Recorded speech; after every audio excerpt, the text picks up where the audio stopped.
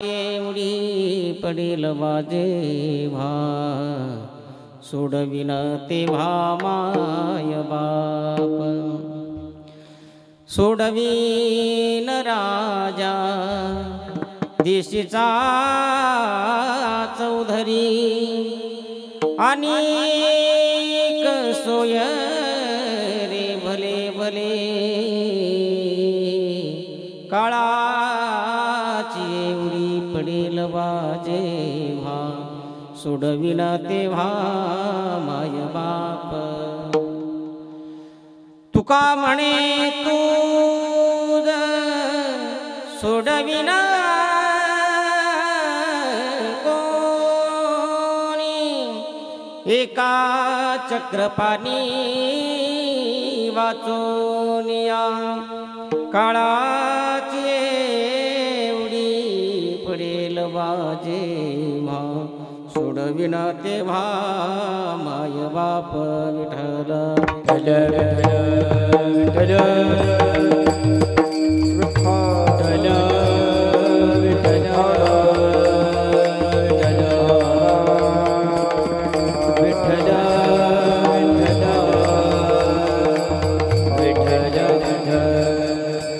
प्रथम नमन करू गणनाथा थोडासा इको कमी करा त्याचा गोंगाट होतो जास्त मॉनिटर द्या फक्त प्रथम नमन करू गणनाथा उमाशंकराचे सुता चरणावरी ठेवून माता साष्टांग आता दंडवत इको फार कमी केला तुम्ही डायरेक्ट थोडा कमी करा म्हटलं पांडुरंगा करू प्रथम नमन दुसरे चरण संताच्या त्यांच्या कृपादानी कथेचा विस्तारू बाबाजी सद्गुरु दास तुका ओम नमो ज्ञानेश्वरा करुणा करा दयाळा तुमचा अनुग्रह लाधलो पवन झालो चराचरी मस्तक घे पाया मस्तक घे पाया मस्तक घे पाया मस्तक घे पाया या वर करी संताच्या वर करी संताच्या वर करी संता थोडासा रिपीट जायला करी संताच्या वर करी संताच्या वर करी संताच्या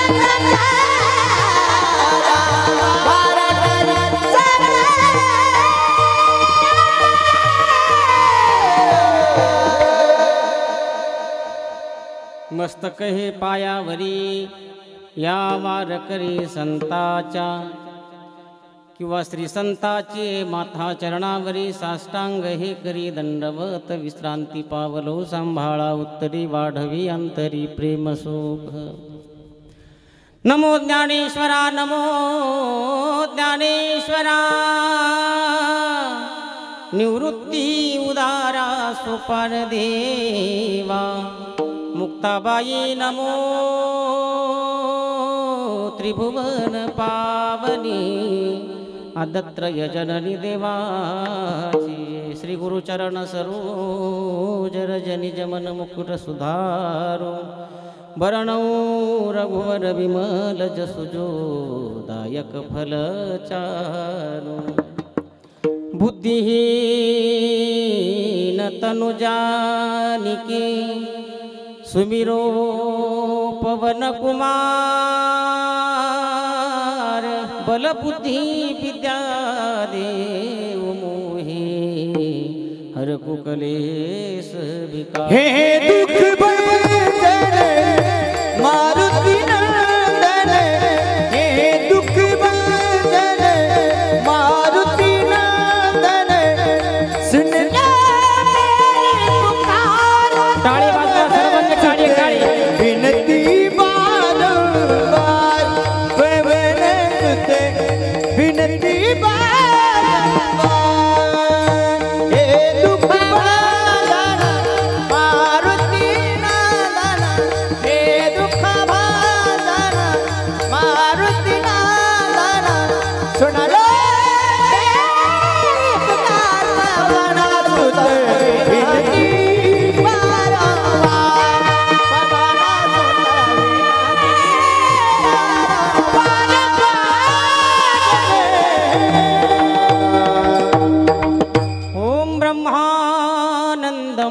सुखदं केवलं ज्ञानमूर्ति द्वन्द्वातीतं गगनसदृशं तत्त्वमस्यादिलक्षणम् एकं नित्यं विमलमचलं सर्वाधि साक्षिभूतं भावातीतं त्रिगुणरहितं सद्गुरुं तं नमामि तपोज्ञानवैराग्यभक्तिस्वरूपं सदा अलङ्कृतं साधुसन्न्यासयोगं मुखे यस्य वेदान्तशास्त्रार्थनीतिं नमो नारायण गिरिजी परब्रह्मस्वरूपं सेवे लागी सेवक झालो सेवे लागी सेवक झालो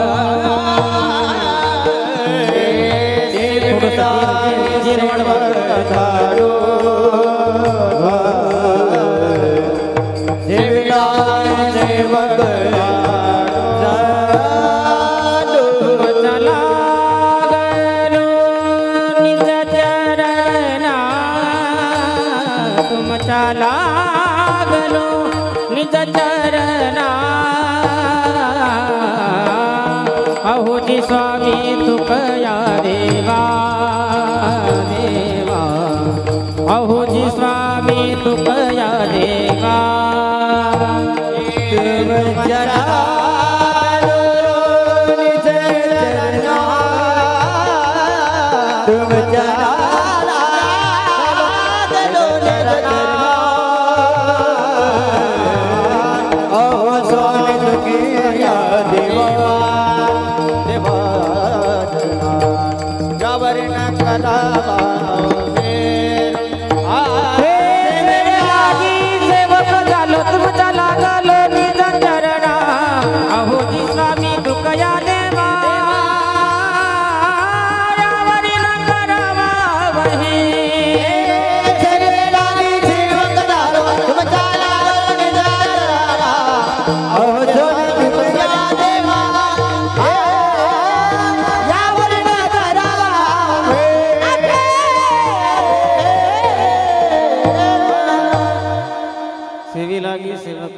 तुमच्या लागलो निज चरणा अहोजी स्वामी तुकया देवा यावरी न करावा अवहेरू नको नको मना गुंतू माया जाळी काळ आला जवळी ग्रासावया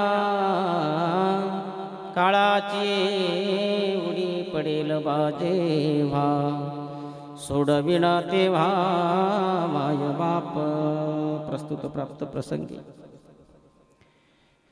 कीर्तनरूपी सेवेसाठी निवडलेला अभंग विश्ववंद्य महाराष्ट्रभूषण जगदमान्य जगदवंदनीय पंढरीश पांडुरंग परमात्म्याची असणारी लाडकी लढीवाळ आणि वैराग्याचे मूर्तिमंत पुतळे यांनी तुमच्या माझ्या सर्वसामान्य जीवाच्या कल्याणासाठी स्वतःच्या आयुष्यातील अगदी क्षण क्षण खर्च करून पंचमवेदरूपी गाथा ग्रंथाची निर्मिती केली. मायबाप सज्जन हो, हिंदवी स्वराज्याचे असणारे संस्थापक राजे छत्रपती शिवाजी महाराजांचे असणारे आद्य धर्मगुरू म्हणून ज्यांची ओळख या विश्वात नव्हे स्वर्ग मृत्यू पाताळ या तीनही लोकांमध्ये अगदी भरून पूर्ण उरलेली आहे असे असणारे वैकुंठवासी देहूनिवासी श्रीमंत योगी सद्गुरू श्री जगद्गुरू तुकोबराया यांचा असणारा गाथा प्रकरणातील असणारा 4 चरणाचा असणारा अभंग या मानवी जीवाचं कल्याण करण्यासाठी जनाला उपदेश जगद्गुरू तुकोबाने दिलेला नाही.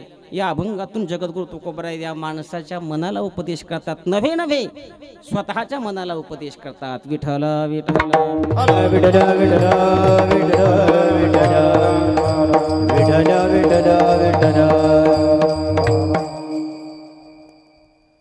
अभंगाच्या प्रस्तावनाच्या अगोदर वक्ता या नात्यानं आज रोजी या कार्यक्रमाच्या निमित्तानं द्यायचा परिहार तो असा, या ठिकाणी असणाऱ्या जिजुरकर पाटील परिवारातील असणाऱ्या या मातोश्री कैलासवासी सौभाग्यवती असराबाई सकाराम जिजुरकर यांना आपल्यातून जाऊन बरोबर 1 वर्ष या ठिकाणी पूर्ण झालेलं आहे.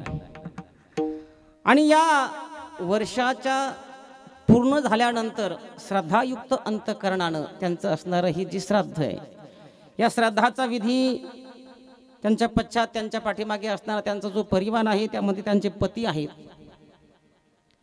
आदरणीय सखाराम महादू जेजूरकर, त्याचप्रमाणे त्यांची 3 मुलं, 1 मुलगी, नातू आहेत, नाती आहेत. फार मोठा असणारा हा मातोश्री आसराबाईंचा असणारा हा परिवार आहे. त्यामध्ये मोठा मुलगा ज्येष्ठ चिरंजीव त्यांनीही या मृत्यूलोकाचा निरोप आजींच्या अगोदरच घेतलेला आहे. कैलासवासी भानुदास सखाराम पाटील जेजूरकर आहेत. आणि त्याचप्रमाणे दुसरा मुलगा आहे राजेंद्र सखाराम पाटील जेजूरकर, विजय सखाराम जेजूरकर. त्यांची मुलगी आहे सौभाग्यवती बेबीताई मारुती क्षीरसागर. नातू आहेत महेशराव असतील, नवनाथ दादा असेल, आमचे डॉक्टर प्रसाद असतील, त्याचप्रमाणे नात आहे त्यामध्ये माधुरी आहे, त्याचप्रमाणे असणारी एक मयुरा असं काहीतरी नाव आहे ना, चुकलंय काही माहिती पण थोडंसं. मयुरा बरोबर आहे का? नाही नाही नाही, माधुरी आहे एक.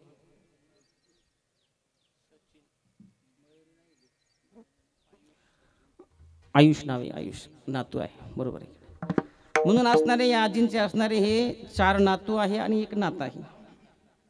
2 मुलं हयात आहेत, 1 मुलगा त्या ठिकाणी निजधामाला गेलेला आहे आणि 1 अजून मुलगी आहे. असा मोठा असणारा हा परिवार आजींचा आहे. जीवनामध्ये आल्यानंतर सर्वात महत्त्वाचं जे कर्म मानवी देहाला शास्त्रानं सांगितलंय ते म्हणजे आई आणि वडिलांची असणारी सेवा आहे. मग ते हयात असतानाही आपण आई वडिलांची सेवा करतोच, नाही करत असा विषय नाही. कमीत कमी या परिवारात तरी असा संशय नाही, कारण एवढं मोठं नियोजन आयोजन, अगदी अन्नदान असेल, ज्ञानदान असेल, एवढा मोठा मंडप आहे, ब्राह्मणदान आहे, वस्त्रदान आहे, भरपूर अशा प्रकारच्या दानादी कार्यक्रमातून त्यांनी हा पुण्याचा संचय केलाय, फक्त या आजींना उत्तम गती प्राप्त व्हावी म्हणून. म्हणून निश्चित स्वरूपानं या आजींची सेवा त्यांनी त्यांच्या आयुष्यात अगदी भरपूर यथेच्छ अशा प्रकारे होता होईल तेवढी सेवा त्यांनी करण्याचा प्रयत्न या ठिकाणी केलेला आहे. म्हणून आजींचा आशीर्वाद त्यांचा हयात असतानाही त्यांच्या मुलांच्या पाठीमागं होता, मुलीच्या पाठीमागं होता, नातवांच्या पाठीमागं होता. आणि गेल्यानंतर सुद्धा आयुष्यभर जर त्या ठिकाणी जर आपण आपल्या आई वडिलांची सेवा करून गेल्यानंतर सुद्धा असं मोठं श्राद्ध जर आपण त्या ठिकाणी घडवून आणत असू, तर आई वडील एकमेव असं शास्त्र आहे. माझे तुकोबराय सांगतात की या जीवनामध्ये ते आल्यानंतर जरी त्या आयुष्यात ते या मृत्यूलोकात नसले तरी सुद्धा ते आपल्याला आशीर्वाद दिल्याशिवाय राहत नाहीत. म्हणजे जीवनामध्ये आल्यानंतर आई वडिलांचा आशीर्वाद किती मोलाचा आहे ही सर्वात महत्त्वाची गोष्ट आहे. आई वडिलांची सेवा केली तरीही आशीर्वाद आहे, आई वडिलांची सेवा नाही केली तरी असा एकही आई नाही, एकही वडील नाही की ते मुलांना शाप देतात. बरं का, लक्षात घ्या. फक्त जीवनामध्ये एकच त्यांच्या अंतःकरणात असतं की आपण आपल्या मुलांसाठी आयुष्यभर अगदी रात्रंदिवस हाडाची काढं रक्ताचं पाणी केलं, कष्ट केले, भरपूर मोठा प्रपंच केला. माझ्या मुलाचं कल्याण व्हावं, माझ्या मुलीचं कल्याण व्हावं, माझ्या नातवंडांचं कल्याण व्हावं, माझा परिवार सुखी व्हावा, एवढाच उद्देश अंतःकरणामध्ये ठेवून ती आई रात्रंदिवस आपल्या मुलांसाठी कष्ट करत असते. नवे नुसते आईच कष्ट करते असे नाही, बापाचे कष्ट सर्वात मोठे आहेत. पण शास्त्रकारांनी बऱ्याच ठिकाणी काही कवयित्री असतील, शास्त्रकार असतील, सर्वांनी आईचे गोडवे गायलेत महाराज. पण वडील सुद्धा काही कमी नसतात. आई आपल्या आजच्या भाकरीची सोय, संध्याकाळ स्वयंपाक काय करायचा आहे, भाजी काय करायची आहे, बाजरीची भाकरी करायची की ज्वारीची करायची की गव्हाची पोळी करायची, हे आईचं काम आहे. पण घरामध्ये बाजरीचं पीठ आहे की नाही ही ज्याला काळजी आहे तो बाप आहे. म्हणजे जीवनामध्ये संध्याकाळच्या स्वयंपाकाची तयारी आई करू शकते, पण आपल्या जीवनभर आपला मुलगा उपाशी राहणार नाही, आपल्या मुलाला कसलाच त्रास होणार नाही. हा अट्टहास रात्रंदिवस कष्ट, रात्रंदिवस त्याच्या अंतःकरणामध्ये एवढीच बाप खटकत असते की माझ्या मुलाचं कल्याण झालं पाहिजे, तो बाप असतो. म्हणजे आई आणि बाप कसल्याही प्रकारचे ते एक असणारे प्रापंचिक जीवनामध्ये जो रथ असतो महाराज, त्या रथाचे असणारे ही 2 चाकं आहेत. आणि आज या ठिकाणी निश्चित स्वरूपानं आमचे हे जे बाबा आहेत ना, आदरणीय सखाराम बाबा यांच्या असणाऱ्या या प्रापंचिक रूपीचं गाडीचं आज एक चाक सुरलेलं आहे. जीवनामध्ये बघा तुम्ही, पत्नीचा पती गेला तरी त्या पत्नीला सगळ्यात मोठं दुःख आहे. आणि पतीची पत्नी जरी गेली महाराज तर जीवनात सगळ्यात मोठं दुःख त्या पतीला असतं बरं का, लक्षात घ्या. ते फक्त कुणाजवळ बोलता येत नाही आणि म्हातारपणात तर बोलताच येत नाही महाराज. तरुणपणात माणूस सहज सांगतो पत्नी गेली पण माझ्या मुलांना आता सांभाळण्यासाठी कोणी नाही, मला दुसरी करायची गरज आहे, आपण सहज बोलतो महाराज. पण म्हातारपणात त्याला काही कोणाजवळ आपल्या व्यथा त्या ठिकाणी गाता येत नाही. म्हणून जीवनामध्ये आल्यानंतर सर्वात महत्वाची बाब आहे महाराज, पतीचा पती जाणं किंवा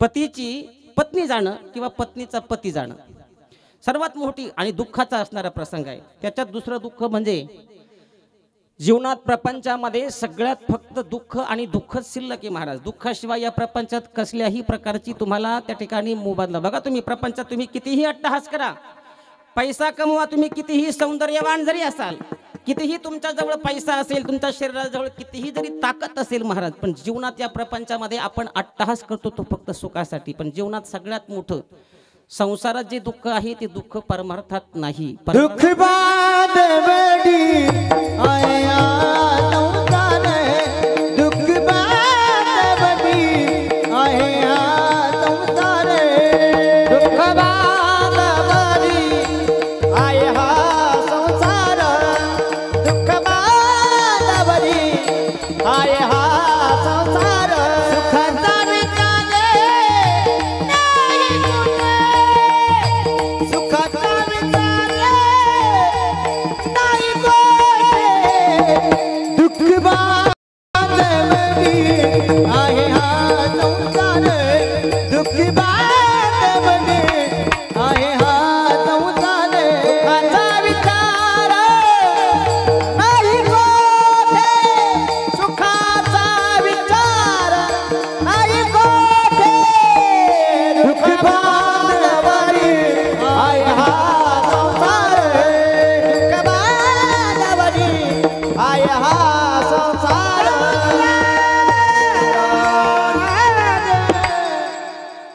मग कुणाला शारीरिक दुःख असेल, माझे तुकोबराय सांगतात, कुणाला शरीराचं दुःख असेल, कुणाला सौंदर्याचं दुःख असेल. एखादी स्त्री जर आपल्याला जर दिसण्यासाठी जर एखाद्या दुसऱ्या स्त्रीला जर चांगली दिसत असेल आणि तिच्या पुढे जर आपलं काही जर स्वरूप आपल्याला जर कमी वाटत असेल महाराज, तर सहज मनाला एक अंतःकरणाला ठेस लागते. देवानं आपल्याला सुद्धा असं शरीर सुंदर दिलं असतं तर म्हणजे हे दुःखच आहे, बरोबर की नाही. आपल्या शेजाराहून जर एखादा जर एक व्यक्ती जर समजा एक 5-50 लाखाच्या फॉर्च्युनर गाडीमधून जर जवळून गेला आणि तो आपल्या ओळखीचा असेल महाराज, आपण त्याच्याकडे जर बघितलं तरी आपल्याला ते दुःख वाटतं की नाही. आपल्याला वाटतं माझ्याकडे सुद्धा ती गाडी अपेक्षित होते. म्हणजे पैसा असेल माणसाकडं, पैसा असणंच म्हणजे अगदी सुख आहे असं काही नाही बरं का. बरेचसे पैशावाले सुद्धा दुःखी आहेत. नवे जवळ ज्यांच्याकडे जास्त पैसा आहे महाराज ते सगळ्यात जास्त दुःखी आहेत. या मृत्यू लोकात आल्यानंतर ज्या माणसाकडे पैसा नाही ना महाराज, बघा तुम्ही एखादा शेतकरी असेल, एखादा झोपडपट्टीतला एखादा आदिवासी समाजाचा एखादा व्यक्ती असेल महाराज, दुपारच्या भर उन्हामध्ये तुम्ही जाऊन बघा, छपराच्या छोट्याशा कोपीमध्ये त्याला कुठल्याही प्रकारचा फॅन नाही, कुठल्याही प्रकारची एसी नाही, कुठल्याही प्रकारची त्याला सोय नाही महाराज, पण तरी अगदी ढराढूर अगदी मस्तपणे घोरून तो झोपतो महाराज. आणि आपल्याला एसी जरी लावला, एक छोटीशी गंमत म्हणून सांगतो मी. आता एक 4-5 महिन्यापूर्वी आम्ही कोल्हापूरला कीर्तनाला गेलो होतो. कोल्हापूरला कीर्तनाला गेलो आम्ही. दुसऱ्या दिवशी सकाळी कीर्तन होतं, लांबचं कीर्तन असल्यामुळं आम्ही दिवसभर प्रवास केला. संध्याकाळच्या वेळेला तिथं रात्री मुक्कामी राहिलो. पण ज्या ठिकाणी आम्ही मुक्कामी राहिलो त्या माणसाची गडगंज श्रीमंती पाहून आमचे डोळे अक्षरशः दिपत होते. म्हणजे हे बाकीचा विषय सोडून द्या तुम्ही, त्याची झोपण्याची गादीच नुसती 40 लाखाची त्याने गादीच तयार करून घेतली होती. ते बी बाहेरच्या देशातून त्या ठिकाणी आणली होती. 40 लाखाची गादी.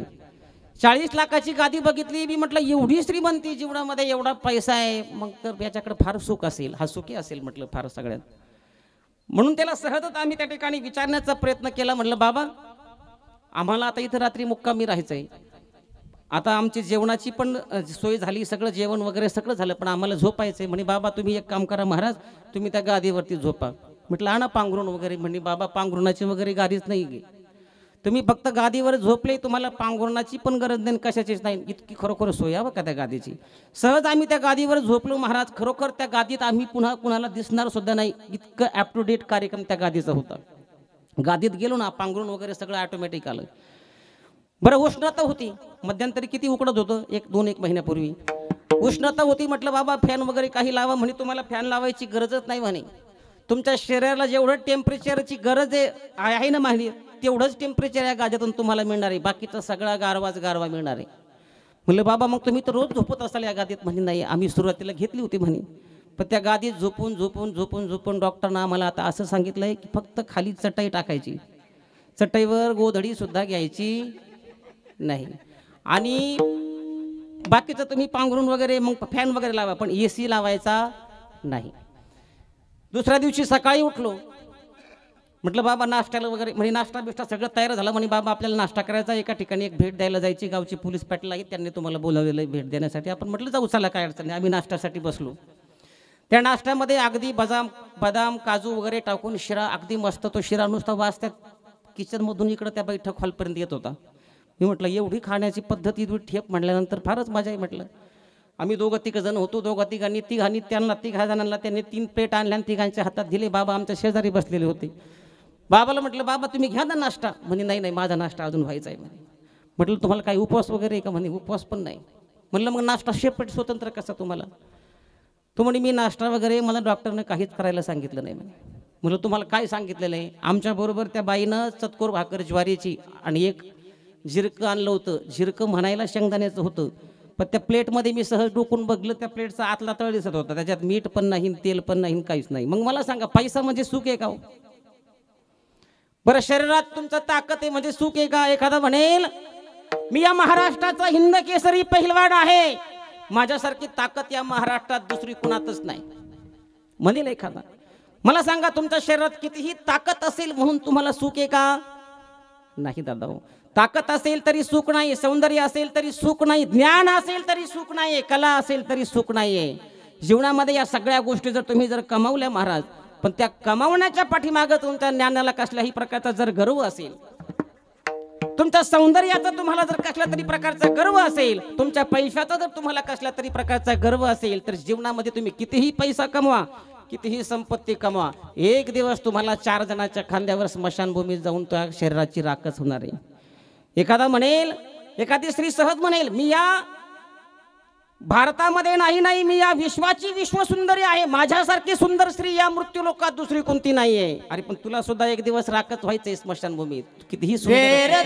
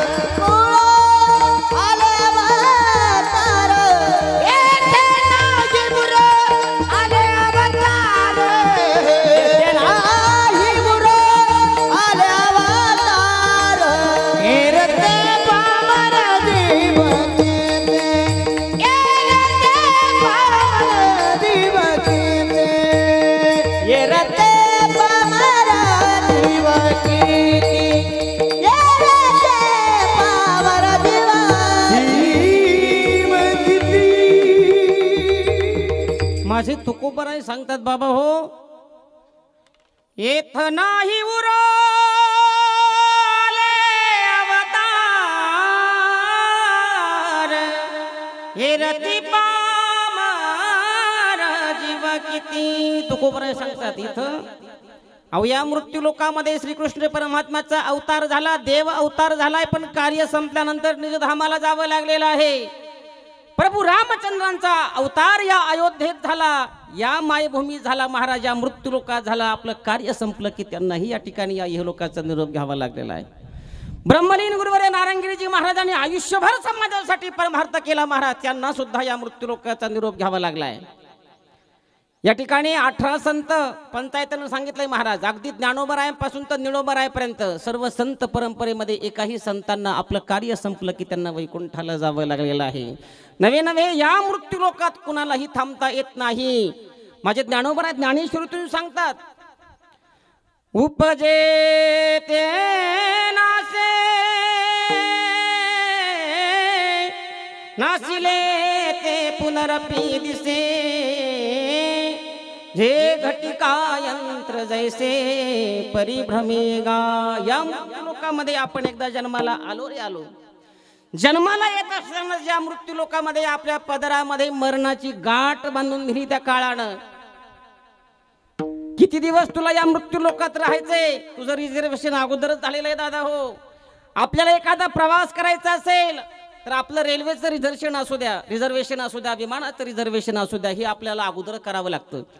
तसं या आयुष्यामध्ये आल्यानंतर तुला 50 वर्ष राहायचंय, 60 वर्ष राहायचंय, की 10 वर्ष राहायचंय, 5 वर्ष राहायचंय, की तुला जन्माला येतानाच आईच्या उदरातूनच मरण पावलेलं बाळ म्हणून या मृत्यू लोकात जन्माला यायचंय. म्हणजे तुकोबराय सांगतात, जन्म आले बाळ त्याची वाट पाहे काळ. जन्माला आल्यानंतर किती सेकंदानं तुला न्यायचंय हे तुझं अगोदरच गणित ठरलेलं आहे. घडी घडी काळ वाट याची पाहे, घडी घडी काळ वाट याची पाहे, घडी घडी काळ वाट याची पाहे, घडी घडी काळ वाट याची पाहे. अजून किती आहे अवकाश, अजून किती आहे अवकाश, अजून किती आहे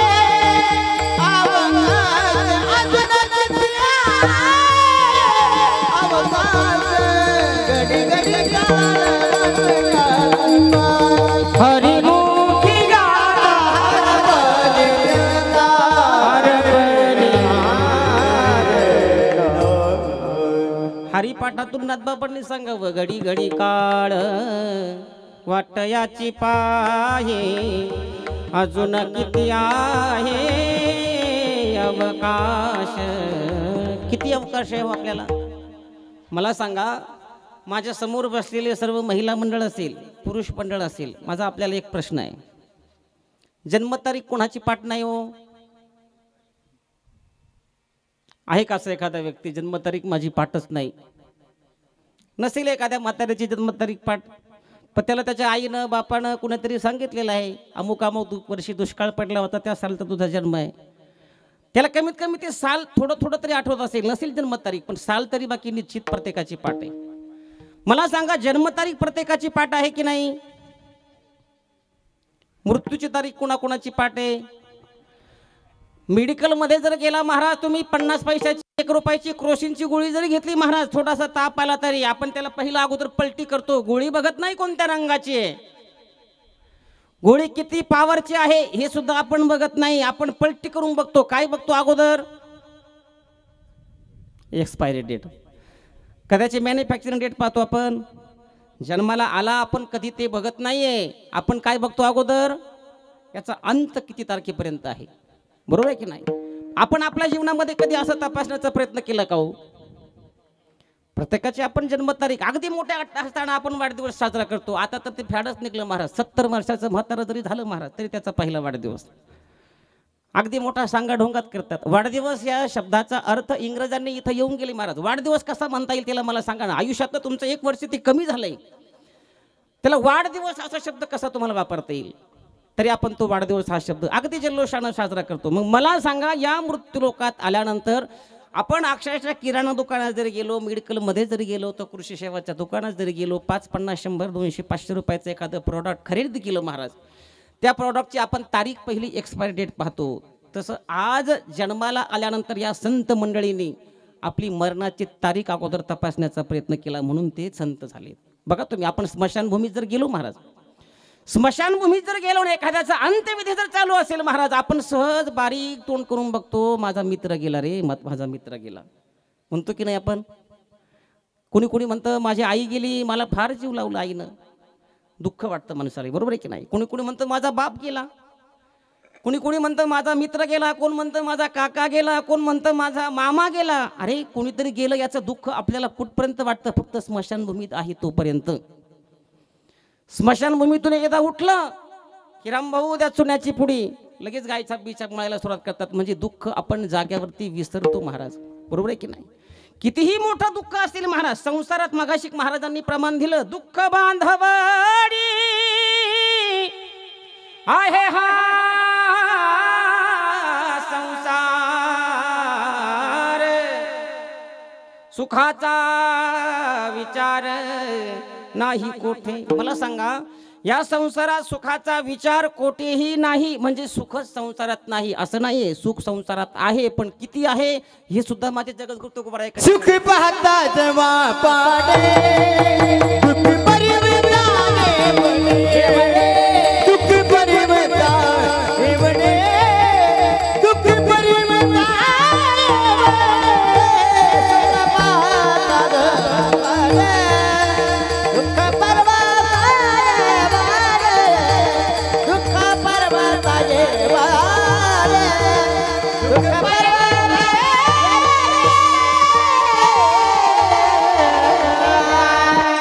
दुःख तुकोबरांनी सांगावं, सुख पाहता जवा पाडे दुःख पर्वता एवढे. दुःख किती सांगितलं हो? पर्वता एवढं, म्हणजे डोंगरा एवढं सांगितलं, बरोबर आहे की नाही? सुख किती सांगितलं? जवसाचा दाणा किती छोटा आहे तो. आपण सर्व शेतकरी मंडळात जवस आपल्याला सगळ्यांना कळतो ना.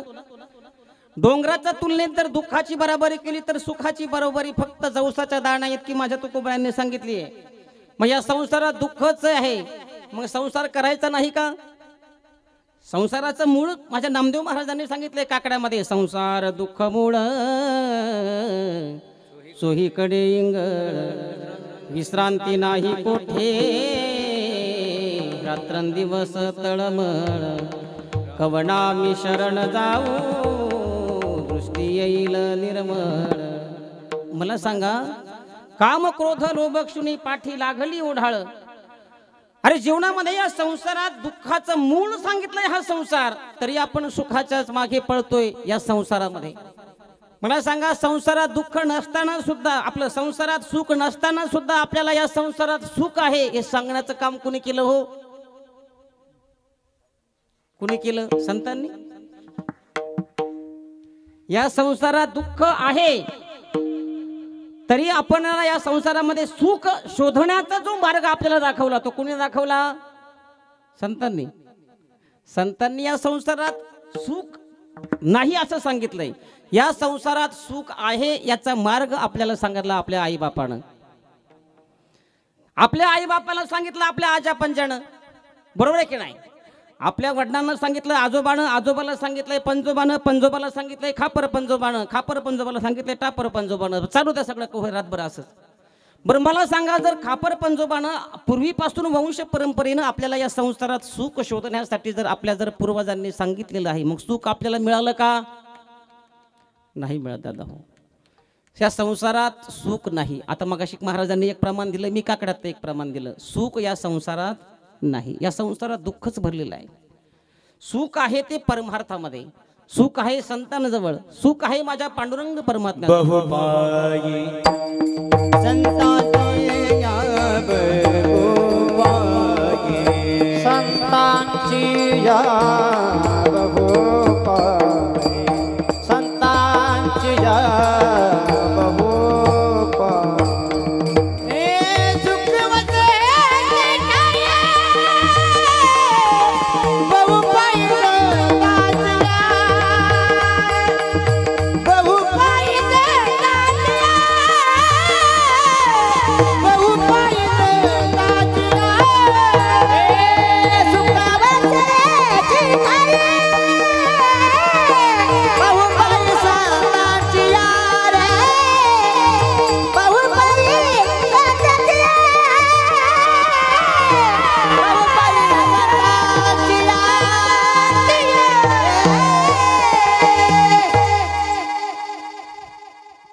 एक जुन्या लोकांची म्हणे, गेली सांगून ज्ञानेश्वरी, माणसापर्यंत मेंढर बरी. तसा हा प्रकार आहे महाराज. तुम्हाला मी मगाशी किती वेळापासून सांगतो, पुढं पुढं सरकार. तुमच्या पाठीमाग आले लोक उन्हात बसू राहिले, पण पाठीमागच बसू राहिले, म्हणजे पा किती देरी आहे त्यांची. पुढे या ना, अहो मंडपमध्ये किती जागा आहे आपल्याला. महिला मंडळ सरका पुढं, चला आजी तुम्ही या बरं पुढं. पाठीमागचे आलेले लोक पाठीमागे उन्हात बसू राहिले. एक काम करा, उठून उभे राहा आणि पुढे येऊन बसा. तुम्हाला सरकायचं थोडा कटाळा येऊ राहिला, मला समजतंय थोडंसं. उठून उभे राहा आणि पुढे येऊन बसा. या पुढं, पुढे या, या खुर्ची पशी या. चला बरं सगळी, चला चला चला सगळी चला. पाठीमागची बसलेली पुरुष मंडळी, आपण तसं कीर्तनाला सुरुवात नाही करायचं पुन्हा. चला बरं. महिला मंडळ मला तर काही इंग्लिश येत नाही, मी मराठीतून सांगतोय, तुम्हाला हे समजत इकडे ऐकायला नाही. चला चला चला पुढं चला. विठाला विठाला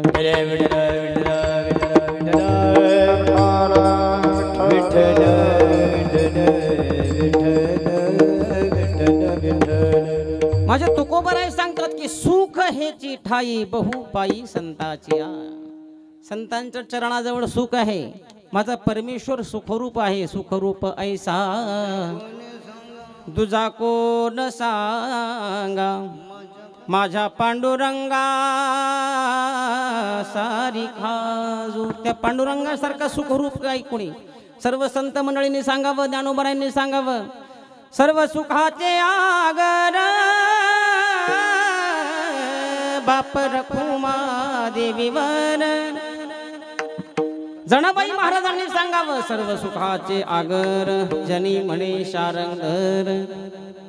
नरहरी महाराजांना सांगावं, सर्व सुखाचे आगर म्हणे नरहरी सोनार. अहो सर्व संत मंडळींनी सुख सांगितलंय संतांच्या चरणाजवळ आणि त्या परमात्म्याजवळ सुख आहे. आपण सुख प्रपंचात सुख शोधण्याचा प्रयत्न करतो. आयुष्यभर अगदी जन्माला आल्यापासून तर मरेपर्यंत आपला शोध फक्त चालू आहे सुखासाठी. प्रत्येकाला कशाची अपेक्षा आहे. अहो पैशात सुद्धा माणूस सुख शोधतोय की नाही. जीवनामध्ये आपण आपलं कर्म करून प्रपंच मोठा करतो. कशासाठी करतोय की त्या प्रपंचामध्ये आपल्याला सुख मिळावं म्हणून. पण जन्माला आल्यापासून मेल्यापर्यंत माणूस फक्त सुखाच्या अट्टहासाने जगण्याचा प्रयत्न करतो. माझे तुकोबरा एका ठिकाणी नाट परंपरा सर्व सुखाची आशा जन्म गेला. सर्व सुखाची आशा जन्म गेला. क्षण एका मुक्ती यज्ञनाय क्षण एका मुक्ती यज्ञनाय गेला. हिंडता दिशा क्षण पावला. हिंडता दिशा क्षण पावला. माया वेष्टीला जीव माझा माझे स्वजताने नाती कोणी. माझे स्वजताने नाती कोणी. माया वेष्टीला जीव माझा माझे स्वयंतने नते कोणे. माझे स्वयंतने नते कोणे. माझ्या तुकोबरांनी सांगावं, सर्व सुखाची आशा जन्म गेला. क्षण एक मुक्ती यज्ञ नाही केला. हिंडता दिशा क्षीण पावला. माया वेष्टीला जीव माझा. या मायेमध्ये जीव गुरफटण्याचा प्रयत्न करतोय महाराज. सुख शोधतोय पण मायेमुळे त्याला सुख प्राप्त होत नाही. हे माझं, ते माझं, मुलं माझे, बायको माझी, आई वडील माझे, प्रपंच माझा, गोठा माझा, शेती माझी, विहीर माझी, सायपण माझं. अहो सगळंच माझं माझं म्हणण्यामध्ये आपण आपलं जीवन त्या ठिकाणी व्यर्थ खर्च करतो दादा. हो, जिथं माझं संपलं की तिथून सुखाची सुरुवात होते. म्हणून माणूस फक्त माया जाळामुळे दुःखात पदार्पण करतोय. लक्षात घ्या. माया वेष्टीला जीव माझा. माया विगणे भ्रमला खरे. म्हणता मी माझे घरे. येतो संपत्तीचे वारे. साचोकारे जाईल. साचोकारे जाईल. येतो संपत्तीचे वारे. माझे नामदेव महाराज सांगतात, अरे हे तुमच्या बरोबर येणारं धन नाहीये. लटीचा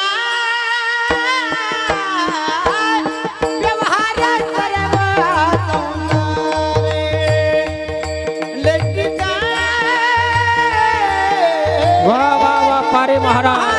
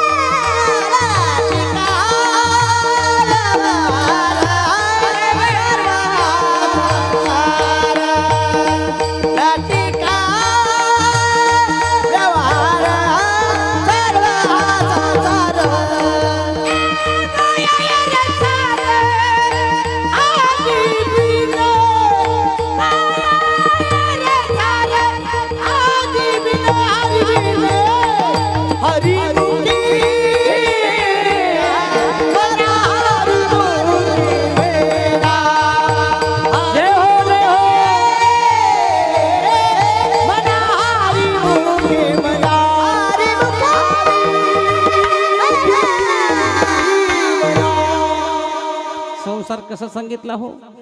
लटिका संसार व्यवहार सांगितलाय, पण कसा सांगितलाय? लटका सांगितलाय, चुकीचा सांगितलाय.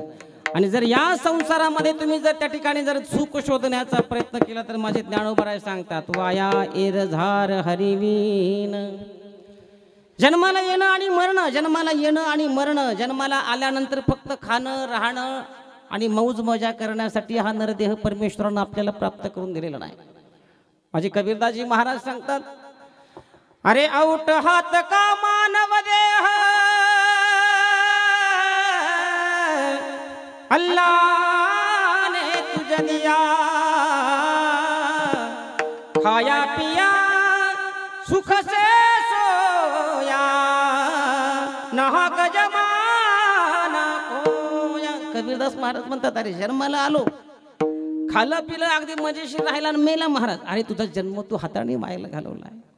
मनुष्य देह हा कर्मासाठीच्या नरदेहाला या ठिकाणी या मृत्यूलोकात परमेश्वरानं प्राप्त करून दिलेला आहे. अतिशय दुर्लभ अशा प्रकारचा असणारा हा नरदेह आहे. तुम्हाला आज मिळालाय, फुकट मिळालाय म्हणून तुम्हाला त्याची किंमत कळते दादा हो. ज्यांना मिळाला नाही ते साक्षात स्वर्गातून या देहाची अपेक्षा करतात.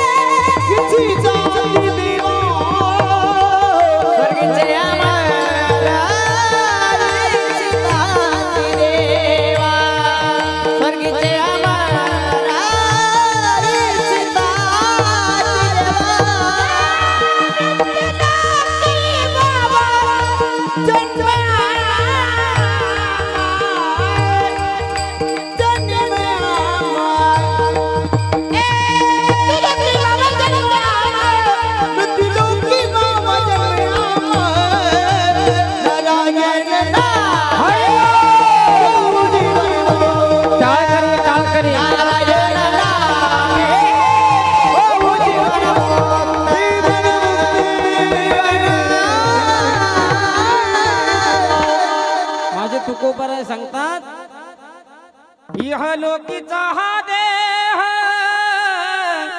देव इच्छिता ती पाहे. धन्य आम्ही जन्मा आलो दास विठोबाचे झालो. हे कोणी म्हणावं? संतांनी म्हणावं, संत शिरोमणी सावता महाराजांनी म्हणावं. अरे आयुष्यभर समाजासाठी नवे नवे आयुष्यात कधीच पंढरपूरची वारी न करणारा हा संत महाराष्ट्रात फक्त एकमेव संत आहे, संत शिरोमणी सावता महाराज. अहो कर्मातच देव बघितला. माझा तुकोबरायांचा आदर्श डोळ्यासमोर ठेवला, तुकोबरायांचा अभंग वाचला. कामामध्ये काम काही म्हणा राम राम, जाईल भवश्रम दुःख होईल सुखाचे. या संसारातील दुःखाचं रूपांतर जर आपल्याला सुखात करायचं असेल तर कामात राम शोधा, असं सावता महाराजांनी सुद्धा बऱ्याच अभंग.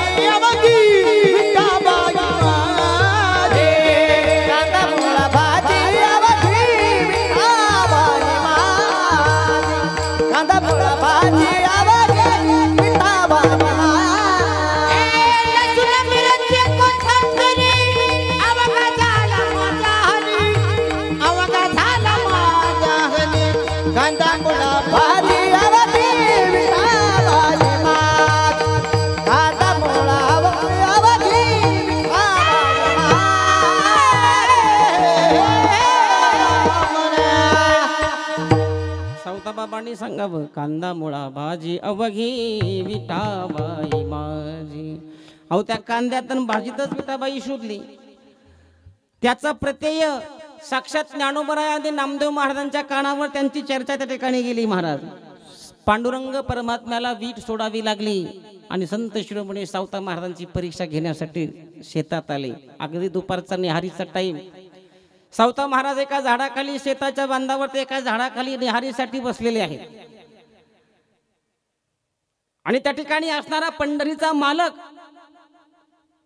पुढे पळालाय आणि ज्ञान आणि नाम या दोनही गोष्टींनी एकत्र येऊन चोराचं रूप धारण केलंय आणि त्या परमेश्वराचा पाठलाग करण्याचा प्रयत्न केला. ज्ञान आणि नाम हे एकत्र आल्यानंतरच परमेश्वराची प्राप्ती होती याचा प्रत्यय या दृष्टांत म्हणून तुम्हाला कळणार आहे. साक्षात पांडुरंग परमात्मा पुढे पळतोय. सावता महाराजांच्या शेतामध्ये गेल्यानंतर सावता महाराजांना त्या ठिकाणी त्या पांडुरंग परमात्म्यानं एका साध्या वारकऱ्याचं स्वरूप त्या ठिकाणी घेतलं आणि सावता महाराजांसमोर जाऊन उभे राहिले. सावता महाराजांनी फक्त नेमकंच पेंडकं सोडलं होतं आणि पुंडलिक वरदा हरी विठ्ठल एवढंच म्हणायचं बाकी होतं. भाकरीचं पेंडकं सोडलंय आणि घास हातात घ्यायचा तर तो परमात्मा साक्षात आपल्या डोळ्यासमोर येऊन उभा राहिलाय, पण तो साध्या वारकऱ्याच्या रूपात उभा राहिलाय. सावता महाराजांच्या लक्षात तरी पण आलं होतं संतांच्या नजरेतून कधीच काही चुकत नाही, कारण संत आणि देव हे वेगळे नसतात. संत तेच देव असतात आणि देव तेच संत असतात. देवते संत निमित्त त्या प्रतिमा किंवा तेची संत ज्यांचा हेत विठ्ठले. त्यांचा हेतूच असतो महाराज तो परमात्मा आपण आपलासा करता आला पाहिजे. तो परमात्मा आपल्या अंतःकरणात साठवण्यासाठी संत एवढा मोठा अट्टहास करत असतात. लक्षात घ्या. तुकोबराय सांगतात साठविला हरी जिहे हृदय मंदिरी त्यांची सरली एरधार झाला सफल व्यापार. जनाबाई महाराज सांगतात हृदय थोडंसं सावध बसत सिस्टीममध्ये. हृदय बंदी खाना केला हृदय बंदी खाना केला हृदय बंदी खाना केला हृदय बंदी खाना केला हो हृदय बंदी खाना केला आता विठ्ठल कोंडीला हो धरीला पंढरीचा चोर हरीला पंढरीचा चोर.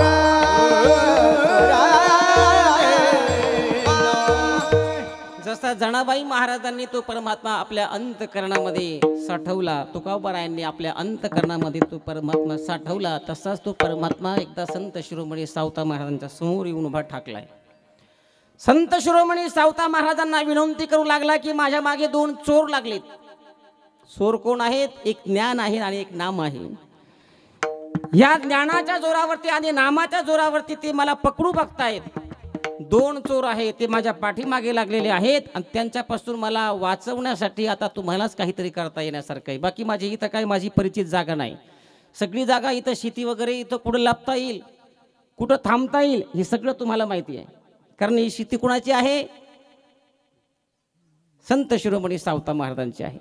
मग संत शिरोमणी सावता महाराजांनी बसल्या बसल्याच ओळखलं होतं की हा साधा सुद्धा व्यक्ती नाही, हा साक्षात पंढरीचा असणारा मालक आपल्या समोर येऊन उभा आहे. जवळच हातात शेजारी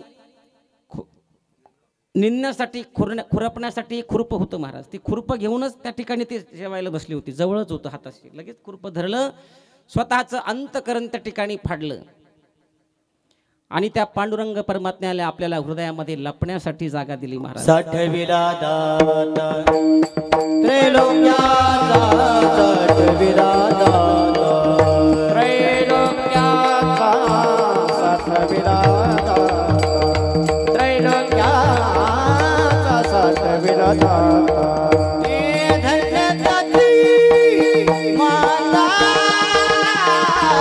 हरी बोल.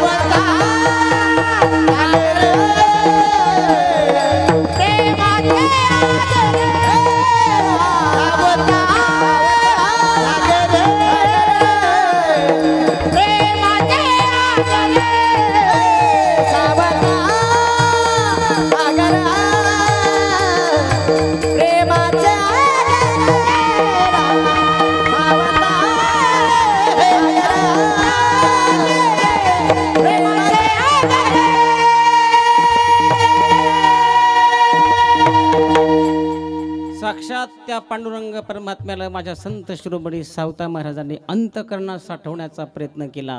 म्हणजे सर्व संत मंडळांनी धन कमावलं, पण कोणतं कमावलं? परमार्थ महाधन जोडी देवाचे चरण भावया जतन हे उपाय लाभाचे. परमार्थ रूपी धन कमवलं. आपण प्रपंचामध्ये नास्तिक धन कमवण्याचा प्रयत्न करतो, ते धन आपल्या बरोबर येत नाही. अरे कितीही मोठमोठाले बंगले बांधले ते आपल्या बरोबर देणार नाही. कितीही जमिनी घेतल्या, कितीही इस्टेटी, कितीही गाड्या माड्या घेतल्या महाराज, ते आपल्या बरोबर येणार नाही. माझे कबीरदास महाराजांनी सांगितले, येथे मनुष्याचे काय आहे, येथे मनुष्याचे काय आहे, येथे मनुष्याचे काय आहे, येथे मनुष्याचे काय आहे. हे गणाचे धन कुबेराचे, हे गणाचे धन कुबेराचे, येथे मनुष्याचे काय आहे, येथे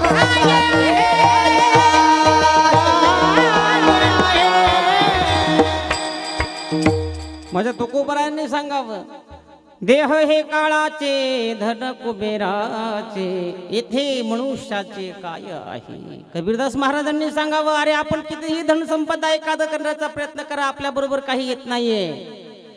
यही धरे रह जाएगे कोटी महल मकान, यही धरे रह जाएगे कोटी महल मकान, तेरा असल ठिकाना है आखिर तो शमशान रे बंदे, मत कर तू अभिमान. माझे कबीरदास महाराज म्हणतात, अरे सगळं इथंच राहणार आहे. तू 50 लाखाचा जरी बंगला बांधला महाराज, तुला शेवटची आंघोळ अंगणात मुलगा घालणार आहे. कुणी असं म्हणत नाही की माझ्या बापानं माझ्यासाठी 20 लाखाचं 50 लाखाच्या बंगल्यामध्ये 20 लाखाचं बाथरूम बांधलंय, त्या 20 लाखाच्या बाथरूम मध्ये माझ्या बापाला शेवटची आंघोळ घाला, असं कोणी म्हणतं का? शेवटची आंघोळ कुठं आहे? बाहेरच करावी लागणार आहे. नवे नवे माया जाळापोटी मुलगी रडेल, मुलगा रडेल, थोडा वेळ रडतात माणसं, पण रडत असताना एक बारकाईनं तुम्ही चिंतन सांगा दादा. हो, पाहुणे रावळे आले की ते म्हणतात फार जास्त वेळ झाला बाबांना जाऊन, आता जास्त वेळ त्याची वाट बघण्यात काही गरज नाही. की एखादा पाहुणा, एखादा मुलगा जर बाहेर असेल महाराज, त्याला सुद्धा लोक सांगतात तो आता येताना स्मशानभूमीत ये, तोपर्यंत आम्ही बाकीचा कार्यक्रम उरकून घेतो. म्हणजे घरात जास्त वेळ आपल्याला ठेवत नाहीत. गेल्यानंतर सुद्धा कितीही मोठमोठाले बंगले बांधले तरी. माझ्या नाथबाबांचं प्रमाण आहे, काढा काढा म्हणती याचा झाला भूमी भार, काढा काढा म्हणती याचा झाला भूमी भार, काढा काढा म्हणती याचा झाला भूमी भार, काढा काढा म्हणती याचा झाला भूमी भार. स्वजन सगोत्र पार अवघे करीत विचार, स्वजन सगोत्र पार अवघे करीत विचार, काढा काढा काढा काढा म्हणती याचा झाला भूमी भार, काढा काढा म्हणती याचा झाला भूमी भार. काढा काढा म्हणती याचा झाला भूमी भार, काढा काढा म्हणती याचा झाला भूमी भार.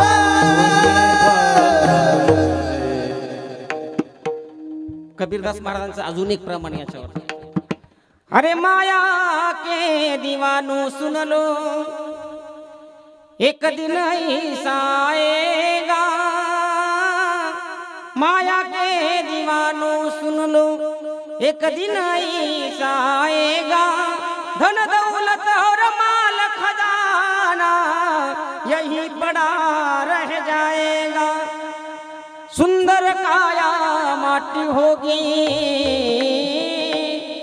सुंदर काया माटी होगी, चर्चा होगी गली गली, ले लो रे तुम राम का प्याला, शोर मचाओ गली गली. जास्त ऐकू नका दादा. अरे या मृत्यू लोकात आल्यानंतर या मायाजाळात लोक गुंतून स्वतःचं आयुष्य उद्ध्वस्त करण्याचा प्रयत्न करतात दादा हो. जीवनामध्ये आल्यानंतर या नातेवाईकांमध्ये असतील, आप्तेष्ट असतील, मित्र परिवारामध्ये असतील, मरणाच्या संकटातून तुम्हाला सोडवण्यासाठी कोणीही मदत करत नाही. फक्त तो पांडुरंग परमात्मा आणि तोच फक्त या मरणाच्या संकटातून आपल्याला सोडवू शकतो. इतर कोणीही काही प्रयत्न केला महाराज, तो आपल्याला या मृत्यू लोकाच्या संकटातून सोडवू शकतच नाही. म्हणून या मायाजाळात न गुंतता या मनाला माझे जगद्गुरु तुकोबराय उपदेश करतात की या परमार्थ रूपी क्षेत्रामध्ये येऊन जीवनाचा आनंद घेण्याचा प्रयत्न कर. अभंगाचं पहिलं चरण. नको नको मना गुंतू माझ्या गाडीला, नको नको मना गुंतू माझ्या गाडीला, नको नको मना गुंतू माझ्या गाडी, नको नको मना गुंतू माझ्या गाडी. काळाला जवळ रासावया, काळाला जवळ रासावया, काळाची देवोडी अरे रावा, काळाची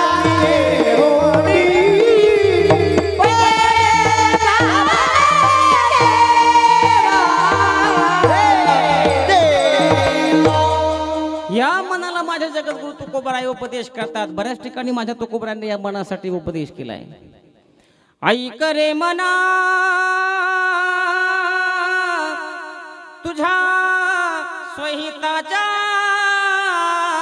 खुना, पंढरीचा राणा मना माझी स्मरावा. तो पंढरीचा पांडुरंग परमात्मा या मनानं आपण त्या ठिकाणी त्याला स्मरण जर करण्याचा प्रयत्न केला तर निश्चित स्वरूपानं अंतकाळाच्या वेळेला तो तुम्हाला मरणाच्या संकटातून सोडवण्यासाठी मदत करेल. आणि म्हणून तुकोबराय सांगतात नको नको मना गुंतू माया जाळी, काळ आला जवळी ग्रासावया, काळ आला जवळी ग्रासावया, काळाची एवढी पडेल माझे. म्हणून निश्चित स्वरूपानं या मानवी जीवानं आल्यानंतर या मनाला सत्यनीतीची कास घालून दिली पाहिजे आणि माणसानं नेहमी चांगलं वागण्याचा प्रयत्न केला पाहिजे. जीवनात जो माणूस चांगलं वागण्याचा प्रयत्न करतो त्याच्यासाठी तुकोबराय म्हणतात उत्तमची गती तो एक पावेल, उत्तम भोगील जीव खाणे. गोरगरिबाचा तळतळाट घेऊन जर आपण आपला प्रपंच मोठा करण्याचा प्रयत्न करत असाल महाराज, निश्चित स्वरूपानं तुम्हाला नरकाला जावं लागेल. माझे तुकोबराय सांगतात घातलिया भय नरका जाणे. जीवनामध्ये माणसानं सत्यकर्माची कास धरली पाहिजे. एका ठिकाणी एक शाहीर फार छान वर्णन करतो. मानवा मानवा तू विसरू नको आपुल्या सत्यनीतीला, मानवा तू विसरू नको आपुल्या सत्यनीतीला, गर्वाने तू फुगवू नको आपुल्या या छातीला, तुझ्या परी भले भले मिळाले या मातीला, तुझ्या परी भले भले मिळाले या मातीला. सख्या बापाला रे तू होऊ नको बैमान, गळा फासा पडल्यावर होशील तू हैराण, होशील तू हैराण, होशील तू हैराण. दुसऱ्याच्या मुखातील घास तुरे ओढशील, खड्डा दुसऱ्यासाठी पण त्यात तुरे पडशील, त्यात तुरे पडशील, त्यात तुरे पडशील. बायका मुलं गणगोत्र सखे सर्व रडतील, बायका मुले गणगोत्र सखे सर्व रडशील.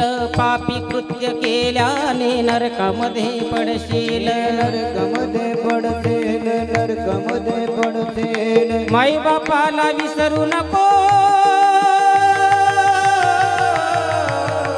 माई बापाला विसरू नको, शरण जात त्या देवाला, माय बापाला विसरू नको शरण जा त्या देवाला. तुझ्या परी भले भले मिळाले माते, तुझ्या परी भले भले मिळाले मला, तुझ्या परी भले भले मिळाले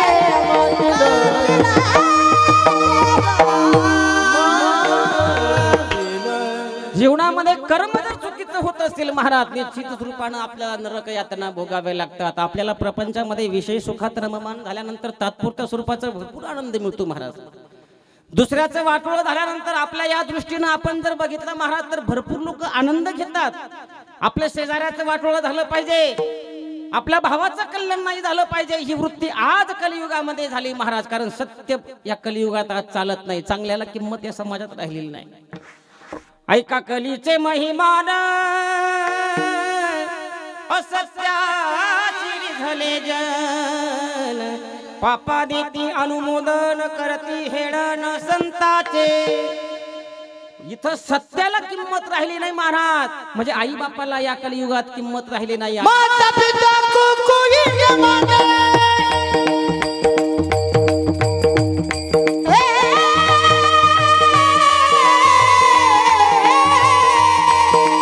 माता पिता को कोई न माने, औरत को बहुमान रे, औरत को बहुमान रे.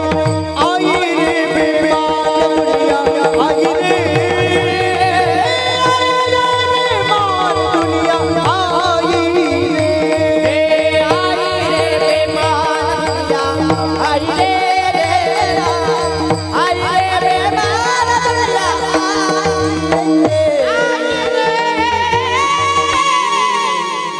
विदर्भ रत्न तुकडोजी महाराजांनी सांगावं, आई रे बेमान दुनिया, आई रे, आई रे बेमान दुनिया, आई रे. साधु संत को, साधु संत को कोई नहीं माने, साधु संत को कोई नहीं माने, गिजड़ों का भगवान दुनिया, आई रे, आई रे मान दुनिया, आई. या मृत्यू लोकात आई बापाला किंमत नाही आणि चांगल्या माणसाला एक किंमत नाही. आपण बरोबरही काही आणलं नाही, जातानाही काही घेऊन गेलो नाही महाराज, पण धनाचा एवढा मोठा गर्व समाजाला झालाय ना, ज्याच्याजवळ पैसा आहे त्याला वाटतं माझ्यासारखा माणूस या जगात दुसरा नाही. बघा तुम्ही, प्रत्येकाला कशाचा ना कशाचा तरी अगदी गर्व आहे, पण गर्व हा निश्चित रूपानं प्रत्येकाला झालाय. आणि इथं तुमचं सोडावं, सुरुवातीला 4-2 माणसं मला पुढे दिसत होते, म्हटलं कीर्तनाला माणसाचा येत नाही काय हो, म्हणजे ही सुद्धा मनाला कधी कधी एक खंत वाटते. म्हणजे आम्हाला कीर्तन करायला सुद्धा असणारा हा अहंकार आहे, गायकाला सुद्धा अहंकार आहे. मी एवढं भारी भारी गातोय, अख्खा मंडप फुल भरलाय, पण माझ्या गायन झाल्यानंतर कोणी टाळी वाजवत नाही. आहे का नाही अहंकार? प्रत्येकाला अहंकार आहे, गायकाला आहे, वादकाला आहे, भजनी मला सुद्धा वाटतं आम्ही एवढं कातू कातू टाळ वाजवतोय, आयुष्यभर भजन केलंय, पण समाजात आम्हाला किंमत नाही. अरे काय आणलंय आपण बरोबर आणि काय नेणार आहोत? एका ठिकाणी कवी वर्णन करतोय, येताना घेऊन आला शिकाय, जाताना घेऊन जाशील काय. नको अभिमान करू भल्या मानसा, नको अभिमान करू भल्या मानसा. काय आणलंय आपण बरोबर? काहीच आणलं दादा, आपण आणलंही नाही, नेणारही नाही महाराज, तरी सुद्धा आपल्याला किती गर्व आहे. अरे 50 लाख रुपये तुझ्या बँकेत अकाउंट वरती असणारे, हातात घास घेतला तर तोंडात घास घालण्याची सुद्धा ताकद तुझ्यात नाही दादा हो. अरे झाडाचं पान हलवण्याची ताकद त्या पांडुरंग परमात्म्याकडे त्यानं ठरवलं ना महाराज. अजून एक 5 मिनिटांमध्ये हा मंडप एवढा गरम करायचा आणि एवढे आखे लोक अगदी पूर्ण कपड्यांनी शिवले करायची, त्यानं ठरवलं होतं ते शक्य आहे. काय आपल्या आता सांगा ना, आपण सहज म्हणतो आम्ही या असणाऱ्या आमच्या मातोश्री आसराबाईंच्या असणाऱ्या या प्रथम पुण्यस्मरणाच्या निमित्तानं या ठिकाणी आलो. प्रत्येक जण म्हणतो आम्ही आलो. तुम्ही आला का हो इथं? आला का तुम्ही? कोण बोलविते हरिवेन हरिवेन, कोण बोलविते हरिवेन, कोण बोलविते हरिवेन हरिवेन, कोण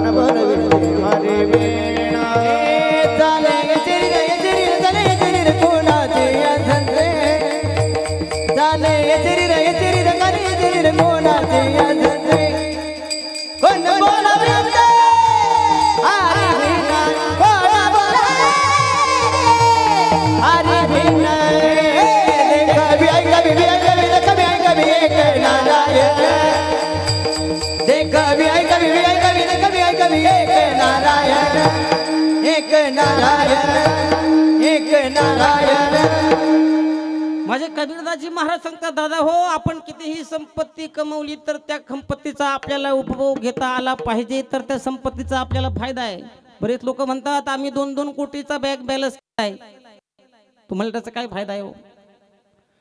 बँकेत कोटीन धोत्राला गाठी लोकांची म्हण येते, किंवा धन मिळवले कोट्यानं कोटी सवे नाही रे लंगोटी. जर तुमच्या बरोबर काही येणारच नसेल, तुमच्या बँकेत जर समजा 50 लाख असेल, एखादा कोटी रुपये जर बँक बॅलन्स असेल, तुम्ही अचानक रात्री झोपात तुम्हाला अटॅक आला आणि तुम्ही गेले, मला सांगा त्या पैशाचा तुम्हाला काय उपयोग आहे?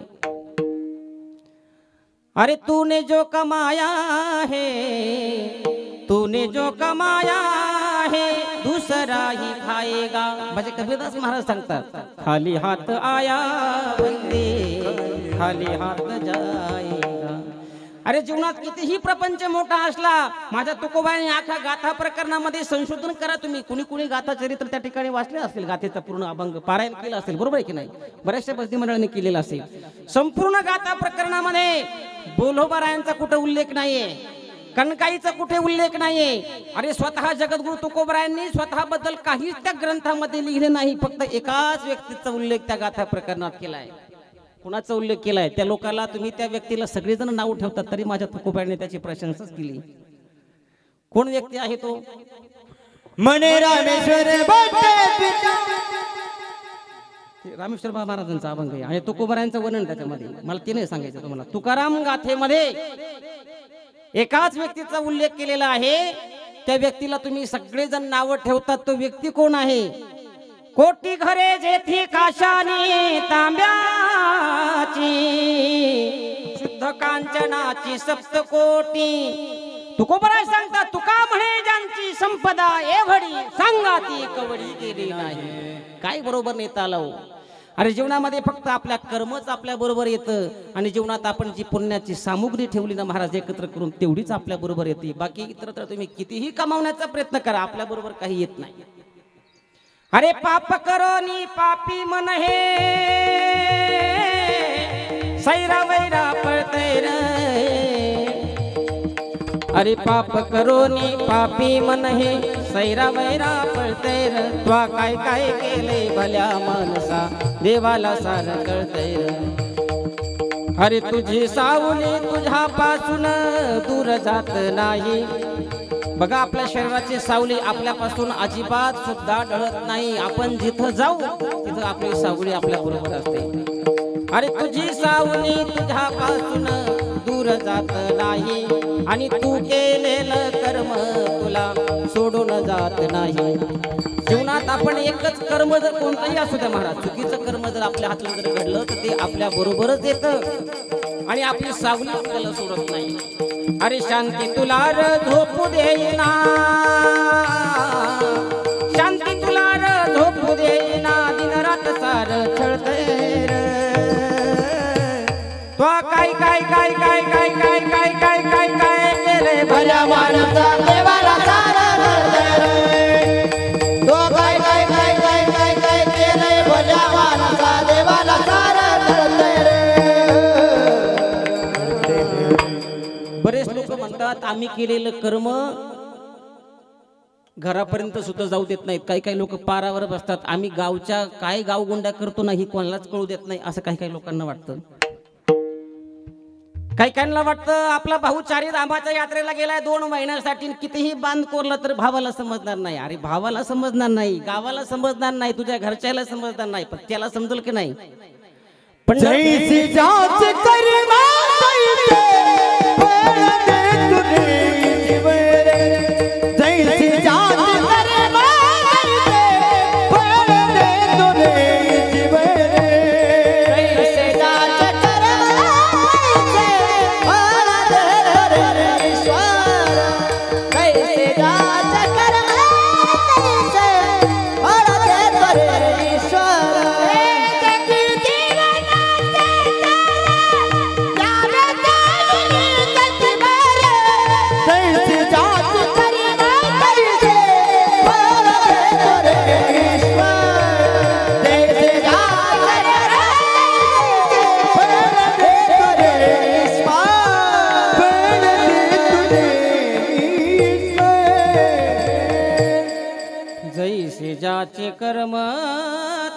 तैसे फळ देतो रे ईश्वर जगी जीवनाचे सार घ्यावे जाणून सत्वर जैसे ज्याचे कर्म तैसे फळ देतो रे ईश्वर जसं कर्म आहे तसं फळ प्रत्येकाच्या पदरात निश्चित स्वरूपानं पडतं बरेच लोक म्हणतात आम्ही आयुष्यभर परमार्थ केला दादा हो पण मरणाच्या वेळेला आमचं मरण 6 महिने आम्हाला अंथरुणावर खेळवतं महाराज बऱ्याच लोकांची तुम्ही आठवण करा बघा तुम्ही तुमच्या नजरेत येत असतील कधी कधी काही लोक म्हणतात आम्ही आयुष्यभर पंढरपूरच्या वाऱ्या केल्या आयुष्यभर परमार्थ केलाय तरी आम्हाला मरणाच्या वेळेला परमात्म्यानं फार त्रास दिला म्हणतात की नाही बरं मला सांगा परमार्थ करताना तुझ्या जीवनामध्ये तुझ्या काहीतरी चुका घडल्या असतील ही कधी आपल्याला आठवतं त्याच काळात आठवतं कधी मरणाच्या वेळेला जसं दशरथ राजाला बघा तुम्ही या विश्वाचा मालकाचा असणारा बाप आहे बाप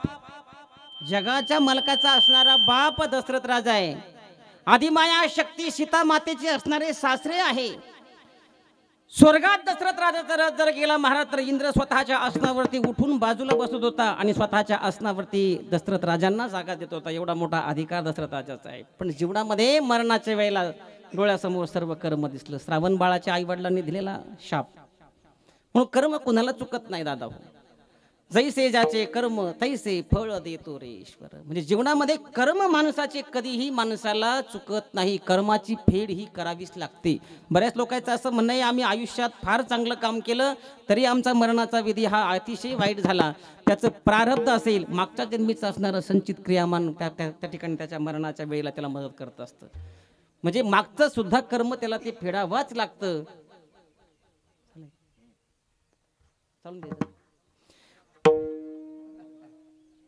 आणि म्हणून जीवनामध्ये माणसानं आपलं कर्म जर त्या ठिकाणी जर चांगलं केलं तर त्याची फलश्रुती सुद्धा माणसाला चांगलीच मिळणार आहे वाईट कर्म जर केलं तर निश्चित स्वरूपानं त्याची फलश्रुती त्याला वाईट मिळाल्याशिवाय राहणार नाही कर्म कुणाला चुकत नाही कर्मे श्रीराम वनवासा गेला कर्मे दशरथ वियोगे मेला कर्मे रावण क्षय पावला वियोग घडला सीता देवी वियोग घडला सीता देवी सीतामाईला रामप्रभू पासून वनवासात वियोग का घडला दशरथ राजा वियोगानं का मेला प्रभू रामचंद्रांना वनवास का झाला रावण कर्मानुसार त्याचा क्षय कसा पावला याचा विस्तार जर करायचं म्हणलं ना महाराज कमीत कमी 3-4 तासाचं असणारं कीर्तन आहे तेवढ्याच चरणावरती 4 तास बोलता येईल आणि प्रत्येकाचं कर्म बघा म्हणून कर्म हे माणसाला कधी चुकत नाही पण जीवनामध्ये आल्यानंतर माणसानं पवित्र तुळशीची गळ्यात माळ घातली पाहिजे पहिली गोष्ट कारण हा देह परमेश्वरानं आपल्याला दिला ना महाराज देवी दिला देह भजन गोमटा जेने हा जीव दिला दान तयाचे करीन भजन जग जीवन नारायण काही न गुण तयाचे ज्या देवानं त्या परमेश्वरानं हा त्या परमात्म्यानं हा नरदेह आपल्याला दिला ना महाराज हा निश्चित स्वरूपानं त्या ईश्वराच्या भजनासाठी दिलेला आहे म्हणून आपण निश्चित स्वरूपानं तो त्या भजनासाठीच वापरला पाहिजे पण ते भजन कसं करायचंय हे तुम्हाला मी आज सांगणार आहे करा सगळ्यांनी एकदा हात वरती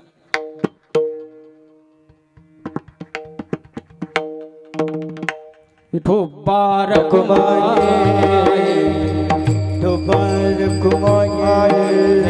जय विठोबा रखुमाये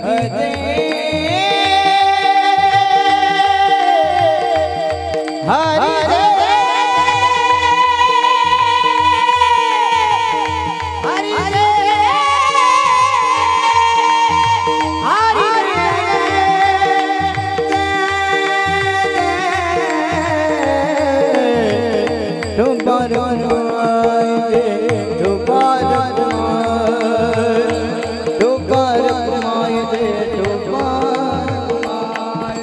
हर रे हरि रे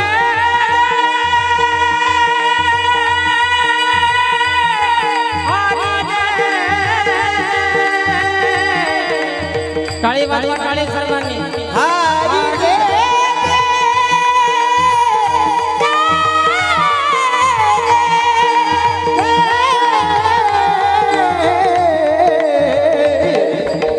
ढोपार कुमाय ढोपार कुमाय ढोपार कुमाय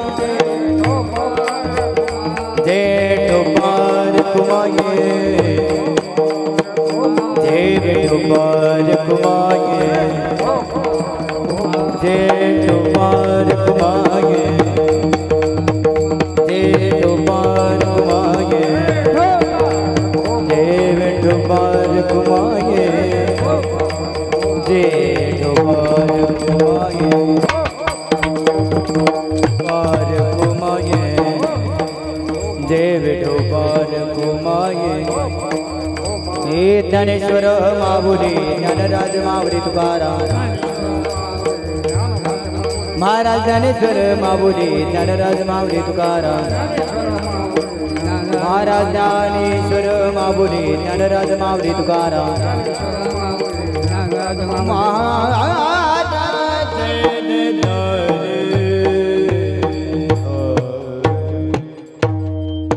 आणि म्हणून तुकोबर सांगतात की नको नको म्हणा गुंतू माया जाळी काळा आला जवळी ग्रासावया काळाची एवढी पडेल बा जेव्हा सोडविना तेव्हा माय बाप.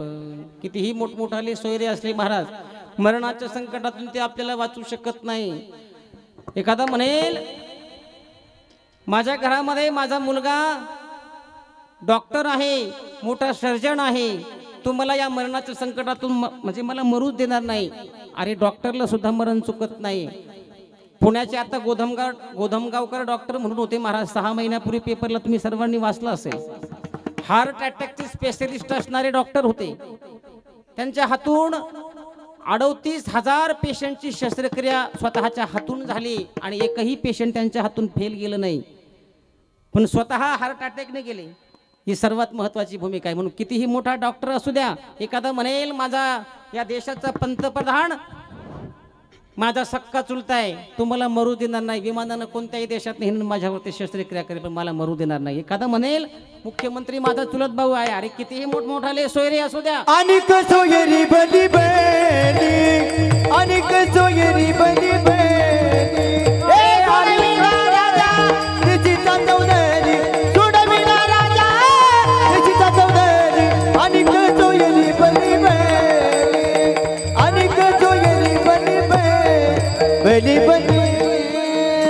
आणि म्हणून सोडविन राजा देशीचा चौधरी अनिक सोयरे भले भले. या मृत्यू लोकातून तुम्हाला फक्त तो माझा पंढरीचा मालक सोडून दुसरं कुणीही वाचू शकत नाही. म्हणून तुका म्हणे तुला सोडवीन कोणी एका चक्रपाणी वाचून या मृत्यू लोकामधून तो पांडुरंग परमात्माच तुम्हाला या मृत्यूच्या संकटातून सोडू शकतो. बाकी इतर तुम्हाला या मृत्यू लोकातून कुणीही सोडू शकत नाही. पण जीवनामध्ये आल्यानंतर आपल्या आईनं आपल्यासाठी जो केलेला परमार्थ आहे जो प्रपंच आहे हा प्रपंच निश्चित स्वरूपानं या मृत्यू लोकातून आपल्याला तारण्याचं काम करतो. या आई वडिलांनी किंवा या असणाऱ्या आमच्या ज्या मातोश्री आहेत कैलासवासी सौभाग्यवती आसराबाई त्यांच्या असणारे पती आहेत माननीय सकाराम महादू जेजुरकर आणि या आईवडिलांनी या 3ही मुलांवरती चांगले चांगले संस्कार दिलेले होते. पण जीवनामध्ये निश्चित स्वरूपानं त्यांच्या जीवनात त्यांना फार मोठा एक आघात जिवंत असताना किंवा हयात असताना झाला होता. त्यांचा मोठा मुलगा त्यांना सोडून गेला होता.